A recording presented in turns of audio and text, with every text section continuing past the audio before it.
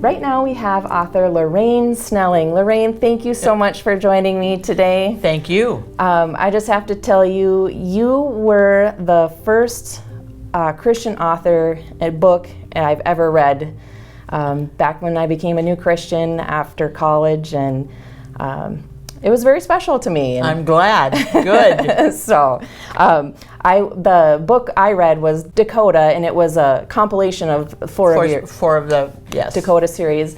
And then I went on to read the Red River of the North series, which is a great series. And did you read all of them, or the first 6? The 6, yes. Okay. Yep. Because there's blocks that continue that series for a long time. Okay, well, I got to write it on my list, my read next list. So, but you write all sorts of different kinds of books, and you have over 100 published books. Yes. So, kind of give the viewer an overview of what they can expect with your kind of books. Well, my goal always is that my readers are going to laugh and cry and be sad when the book is finished. And now of course, and want to read the next one. And I'm an entertainer. First and foremost, I'm an entertainer. And then I let the Holy Spirit does, like you said, there's Jesus in those books. And that's what I really want to have happen, is that people are entertained and enjoy and fall in love, and then fall in love always with Jesus. But I don't have to say that, because the Holy Spirit does. So I just tell everybody, let's be good entertainers. Let me entertain you. And so... Yes. And so you kind of have some historical fiction and kind of contemporary books as well, right? Well, I started out writing horse books for girls. That was my dream. And so I've written 21 horse books for girls. And then they asked me if then I started writing adult books too with a romance. And those were, and the series you read then were 4 of those, because the editor came to me and said, can you write historicals? Well, I had already told God that I was never going to write historicals.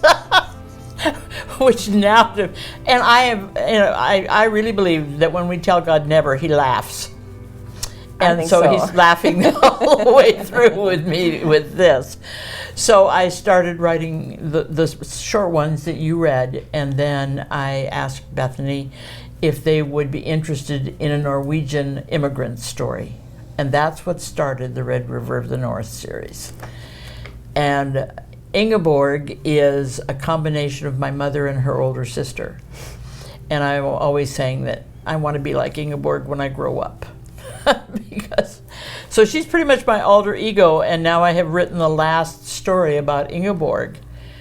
And it was very difficult to write that book because I miss her. I mean, I've been with her a whole lot of many years here, and so I finished it and on to write more. But through the times I've written those series, I'd also put in others, like the Dakota one. There's another Dakota Treasures that is a series of 4 set in Medora. Okay.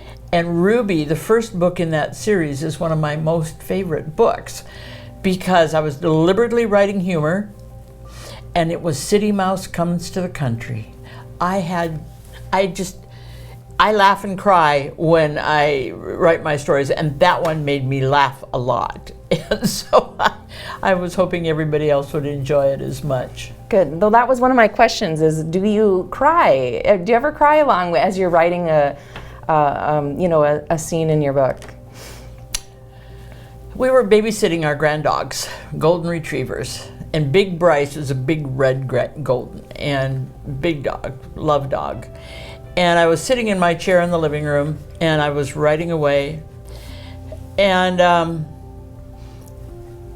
Katie was dying, and this was one of the characters in the Red River series, and I just started to cry. Here I am again. I mean, writing that one was so hard for me, and here comes Bryce. Oh, right over, here's my laptop right here like this, slams the cover down, put up your, you know, he just couldn't stand that I was crying. So I mopped me, I got the dog down, I got the computer set back together, I got something to drink. I thought, okay, we're going to do this now. So I start writing again, and here it comes again, and Bryce comes over the arm of the chair this time. And my husband is sitting over there, and he said, well, why do you have to let Katie die? That would make more sense, right? And so I'll never forget that, but if people think that when you start writing a novel that you have control over that. And that's not true. If you really are into letting your characters tell their story, you don't have control over it. You just have to go along for the ride. And so Katie was dying, and I've had a lot of readers write back and say, why did you have to let Katie die? Well, yeah, so anyway. Sure. You know, do you ever hear from readers and how they've responded, you know, spiritually through your books? Oh, yes. Yeah. And that's the great gift. And for fun thing, there's always fun things and one of them, one lady wrote to me and she said, I read on page such and such and such and such. And in line, I mean, she was telling me specifically where she found this and how God had done something for her, and I looked at that spot. I never wrote that. The Holy Spirit took those words and created in her mind what she needed to hear. Sure. And so and that happened a long time ago, and it made me really realize that, well, I know that I am where I'm supposed to be doing, and that God is blessing this, but he's just taking our works, the things that we do, and spreads them out in ways we have no idea what he's going to go and do with these. Right. And for authors, I love it when people say, well, I gave your book to such and such. I passed your book on. I think every book should be read at least 10 times, and not by the same person. But I'm not a rereader so much of books, but I hear from readers who read the Red River series over again every winter. But if you're living in North Dakota, yeah, okay, I can. Well, and I was wondering, are you from Minnesota, North Dakota, or? Okay, my father's family is in Bemidji, Minnesota, okay.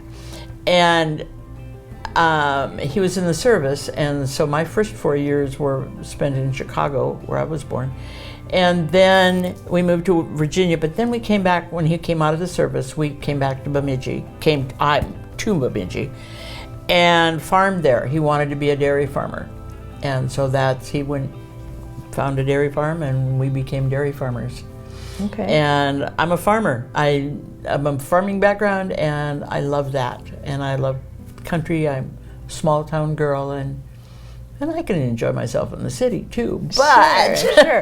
Yeah, I was wondering where, you know, most of your books are kind of based in this area, and well, it's because the Norwegians came to that area first, and well, they came to Seattle too. And in one of the stories, it talks about one of the fishing boats, but it just kind of, once it started there, and once we started building the town of Blessing, I mean, this whole thing became so far more than I ever dreamed it could possibly be. I mean, there's a town in North Dakota called Blessing now. It's set in the middle of Drayton, and they've done a play with the books and everything. It's just been beyond dream possible. Sure.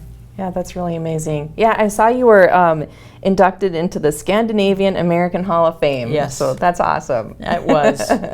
That was really an incredible night. Yes. So, you know, what kind of new things do you have coming up for your books? Well, years ago, I wanted to write both. I wanted to write contemporary too, and advice was, stay with what you have. And I said, well, I got to do this. And so I took years to, like Carol Johnson had said that, it took years to build a readership in the contemporary also. But I can tell different stories that way, and I really like that.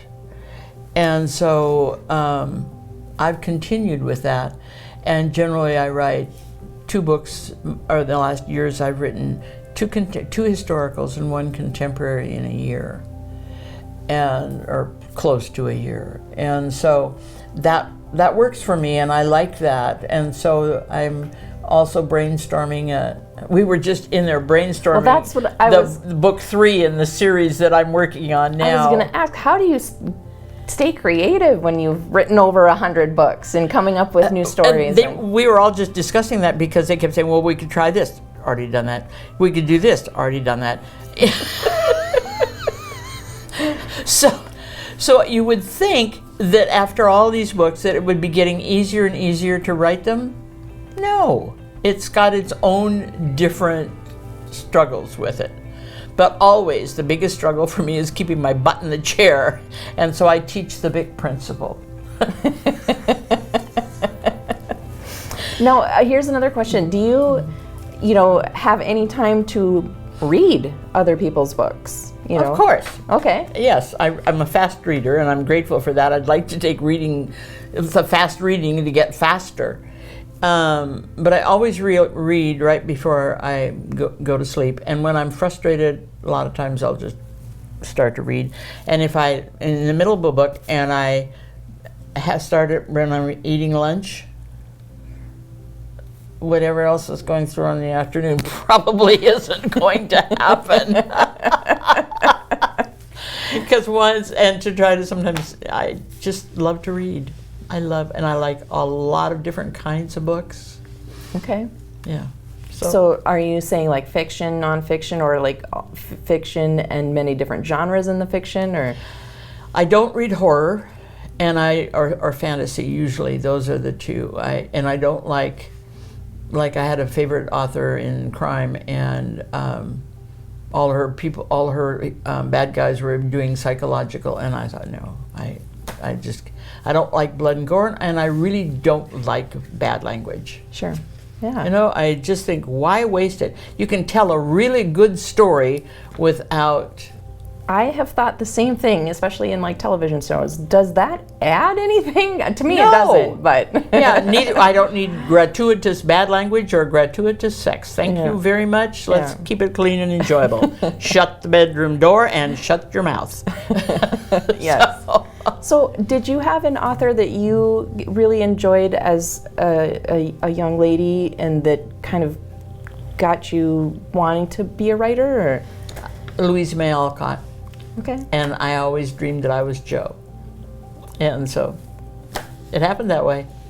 But I read every animal book, horses especially. I read every horse book, all that, and dogs. And I'd never read a Nancy Drew or any of those until one of my young students one year brought me a Nancy Drew book because she figured I needed to read one. Did you read it? Of course. Okay. The one I haven't been able to get through is Anne of Green Gables, and everybody raves about it, and I keep thinking, why am I stuck on that? I don't know. Sure. Oh, thank you so much for joining us today and for talking with me. Greatly appreciate it. I just, I don't know if other people feel this way, but that first book that for me it was a first Christian book, so you always have a special place in my heart. I'm glad to hear that. Thank you. So thanks for joining us. All right.